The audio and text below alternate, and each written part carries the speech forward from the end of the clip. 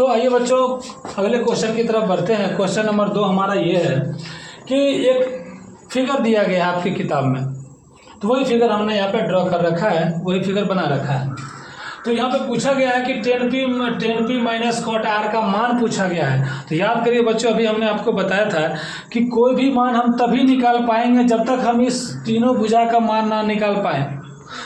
तो इसीलिए हमें इसे कंप्लीट करना पड़ेगा, पहले इसे कंप्लीट करेंगे तभी हम क्वेश्चन की तरफ आएंगे। तो याद करिए ये हमारा बी है, बी फाइंड करना है, बी निकालना है। तो बी निकालने का तरीका बताए थे कि बी अगर निकालना है तो अंडर रूट बी तो छोटा वाला लाइन है, तो बड़े में के स्क्वायर में से इस छोटे वाले को स्क्वायर को क्या करेंगे बच्चों, तो माइनस करेंगे। तो हमारा क्या करेंगे, तो 13 के स्क्वायर में से हम 12 का स्क्वायर माइनस करेंगे। तो 13 का स्क्वायर बच्चों 169 होता है और 12 का स्क्वायर 144 होता है।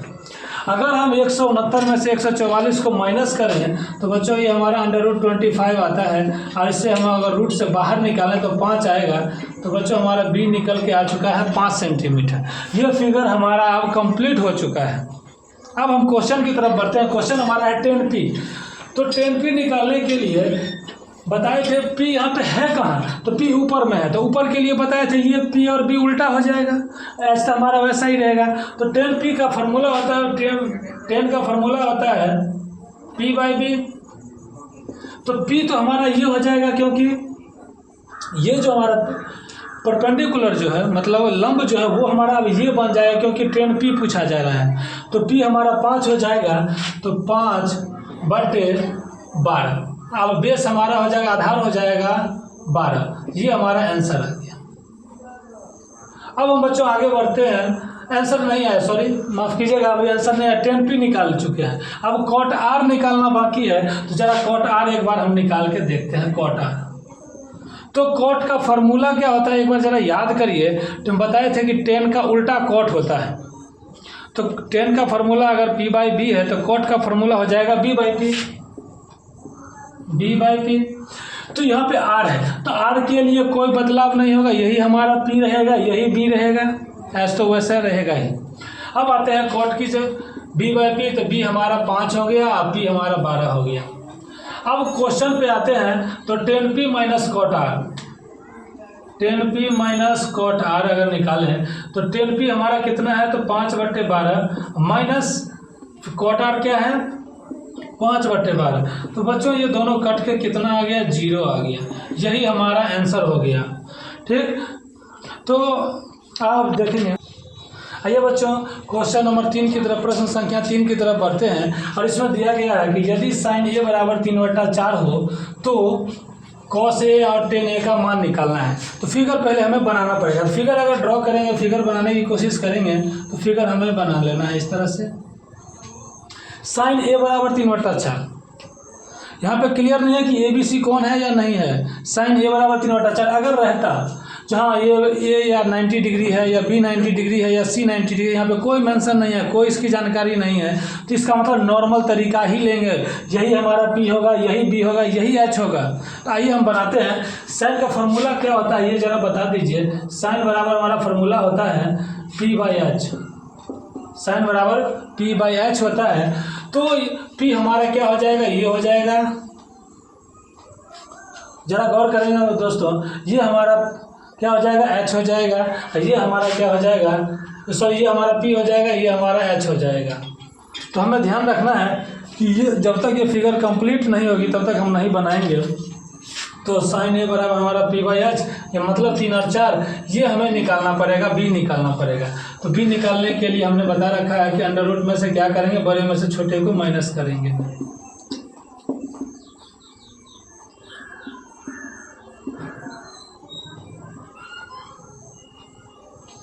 तो यहाँ तक हम देख पा रहे हैं कि ये हमारा अंडर रूट 7 आया, ये रूट से बाहर नहीं आएगा। तो अंडर रूट 7 आया, तो यहाँ पे अंडर रूट 7 डाल देंगे। अब हम क्वेश्चन बनाने की कोशिश करेंगे। cos a और tan a एंगल का तो कोई चक्कर इसमें है ही नहीं, तो हम सीधा बनाते हैं cos a और tan a का मान। तो cos a की बात करें तो cos a बराबर होता है b/h। तो b हमारा क्या गिवन है, तो रूट 7 आया, तो रूट 7/4 हमारा एक आंसर होगा। अगर हम बात करें tan a का, तो tan a बराबर फार्मूला होता है, tan बराबर फार्मूला होता है p/b। तो p हमारा 3 हो गया, और b हो गया हमारा √7। तो दोस्तों क्वेश्चन नंबर 3 इस तरह से हमारा कंप्लीट हो गया। आइए बच्चों अगले क्वेश्चन की तरफ बढ़ते हैं। अगला क्वेश्चन हमारा 4 नंबर ये कहता है यदि 15 cot a बराबर 8 हो तो sin a और sec a का मान निकालिए। तो बनाने का एक ही तरीका है, कोशिश करिए किसी तरह राइट एंगल ट्रायंगल बन जाए। तो उसकी तरफ बढ़ते हैं, कैसे बनेगा देखते हैं। कॉट का दिया हुआ है तो 15 cot a बराबर 8 हमारा दिया हुआ है, गिवन है। तो cot a बराबर बच्चों हम लिख सकते हैं 8/15। 8/15 हम इसे लिख सकते हैं। और कॉट का फार्मूला भी पता होगा, टेन का उल्टा, अगर टेन का p/b है तो कॉट का हमारा हो जाएगा b/p हो जाएगा। यहाँ तक समझ में आ रहा होगा। तो अब हम फिगर बनाने की कोशिश करते हैं, फिगर बनाते हैं। और इसमें भी कोई एंगल का कोई चक्कर नहीं, क्योंकि उसमें मेंशन ही नहीं है कि कौन सा एंगल लेना है नहीं लेना है। तो इसका मतलब सिंपल एंगल लेना है। तो ये हमारा b हमारा 8 है तो यहाँ पे b 8 डाल देंगे। अब p हमारा 15 है तो p 15 डाल देंगे। तो वो फिर वही सा कॉन्सेप्ट कि हमें h निकालना पड़ेगा। तो पहले h निकालते हैं। तो h निकालने के लिए √15 का स्क्वायर जोड़ 8 का स्क्वायर। तो 15 का स्क्वायर बच्चों 225 होगा और 8 का स्क्वायर 64 होगा। अगर हम इसे ऐड करें या जोड़ें तो यहाँ पे हमारा आ जाएगा 289 289 और इसे हम बाहर निकालेंगे तो ये 17 का होता है। तो यहाँ पे ये हमारा 17 आ गया, h हमारा 17 निकल के आ चुका है। अगर ये फिगर हमारा बच्चों बन गया तो समझिए क्वेश्चन बन गया। पूरे त्रिकोणमिति की हम बात कर रहे हैं। अगर फार्मूला याद हो तो कोशिश करिए कि पहले इसको ड्रॉ करें फिर फार्मूले पे सेट करें, फिर बहुत आसानी से बनेगा। बिना इसे आप बनाए आप त्रिकोणमिति नहीं बना सकते हैं, ये बनाना ही पड़ेगा। अब हम आगे आते हैं क्वेश्चन पे। sin a और sec a का मान निकालना है बच्चों। तो sin a का फार्मूला होता है p/h। तो p हमारा क्या गिवन है बच्चों, तो 15।